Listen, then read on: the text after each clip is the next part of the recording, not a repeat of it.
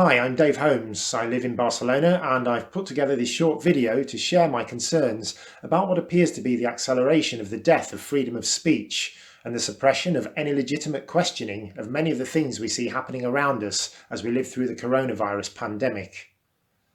One example has been the much publicised censoring of David Icke, partly in response to the interviews he gave on London Real. This raises several questions. Did David Icke say anything new or more controversial in those interviews that he hasn't been saying for years? Why was he suddenly banned from YouTube, and why has his Facebook account been deleted? Why now? What nerve has he touched? Is it the concerns he expressed about wireless technology, particularly 5G? Shouldn't we all be concerned about 5G? Shouldn't there be at least some debate or right to have a say in something that may put our future health at risk? Climate change activists are not challenged, ridiculed or censored for voicing their concerns about the planet. So why is 5G such a contentious subject? Check out this video by former Microsoft Canada President Frank Clegg, who tells us that over 230 scientists from all over the world have formally written to the United Nations and the World Health Organization to express their concern over the planned rollout of 5G technology. Dr. Tom Cowan told his audience at this year's Health and Human Rights Summit in Tucson, Arizona, that the three major pandemics in the 20th century, in 1918, 1957 and 1968, were all accompanied by a quantum leap in the electrification of the Earth. Yet mainstream news outlets are quick to smear those campaigners whose sin is to wish to protect their fellow man and woman and the diversity of the planet. Here in Barcelona, our City Council website recently published an article titled 5G is not innocuous, but this was deleted a few weeks before the planned Mobile World Congress, an important source of revenue for the city. If our governments wish to convince us credibly that they are doing everything in their power to combat COVID-19, why are they still insistent at all costs on rolling out a technology whose effects on health at best have never been tested and at worst, according to over 10,000 peer-reviewed studies, can cause irreparable harm to humans and other species, including depleting our immune system? But this video isn't just about 5G. Advocates of alternative medicine are also being censored. In Spain, TV channels promoting natural medicine such as Mindalia TV and Caja de Pandora TV, as well as horticulturist Josep Pamiés of La Dolça Revolució, have been silenced or had their TV channels closed down, merely for proposing possible natural remedies for COVID-19. So on the one hand, we're told that if we show mild symptoms that may be an indication of COVID-19, we should stay at home and not burden the overstretched health services, yet we're systematically denied the right to information to treat ourselves. The counter-argument is that spreading alleged misinformation may sway people to go against the lockdown. But just think about that argument. Allowing people to make a critical judgment for themselves based on all available evidence is deemed dangerous.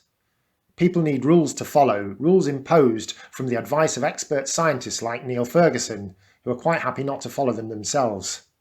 It's ironic, isn't it? We know that COVID-19 is serious. Many people watching this video will have had friends or family affected by it. So why do we hear of figures being inflated? Why are many doctors and coroners in the US claiming that the CDC has instructed them to count any deaths with suspected COVID-19 symptoms as COVID-19 deaths against all previously existing protocol? Why are people who die with COVID-19 not distinguished from those who die from COVID-19, a distinction that has always been made with all other strains of flu? And why, after COVID-19 started to hit Europe around February the 22nd, did Wikipedia feel the need to change its entry on Spanish flu? And what about this man, Bill Gates? The Bill and Melinda Gates Foundation funded Event 201, a coronavirus pandemic simulation conducted by Johns Hopkins University in October 2019, featuring a fictitious coronavirus strand coincidentally called 2019-nCoV, 2 months before the first known cases of COVID-19 in Wuhan. They have also funded the World Health Organization to the tune of nearly $230 million. Gates has spoken out on numerous occasions about the need for a worldwide vaccine to fight COVID-19. Who is in line to provide the vaccine? No surprise there, it's GlaxoSmithKline, whose shareholders include Gates and whose relationship with the Gates Foundation goes back to at least 2013.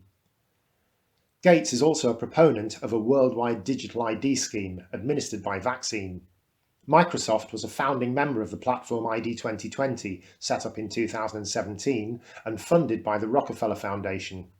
Its mission is to achieve precisely this. Why 2020, I wonder? These are not conspiracy theories, they are amply documented on official websites. And if we are all logged and controlled with a digital ID in future, how easy will it be to speak out then? In the words of the Manic Street Preachers, if you tolerate this, then your children will be next. And what else is going into the planned COVID-19 vaccine? Nobody knows. We are simply told to welcome without question a vaccine created using experimental technology, without time for adequate testing, and with legal immunity for the manufacturers to any possible damage claims. No independent testing, no debate, no right to reply or refuse. If the insider knowledge claimed in this video is correct, antigens may include the HCG hormone required to sustain pregnancy and the GnRH hormone, a sperm-specific mitochondrial antigen leading to mass infertility of the population, funded to a significant extent by a man who regularly tells us the world is overpopulated. Yet we're met with derision and ridicule by governments and mainstream media if we even dare question Gates' philanthropic intent, or what he, or the WHO, funded by Gates and Big Pharma, impose on us.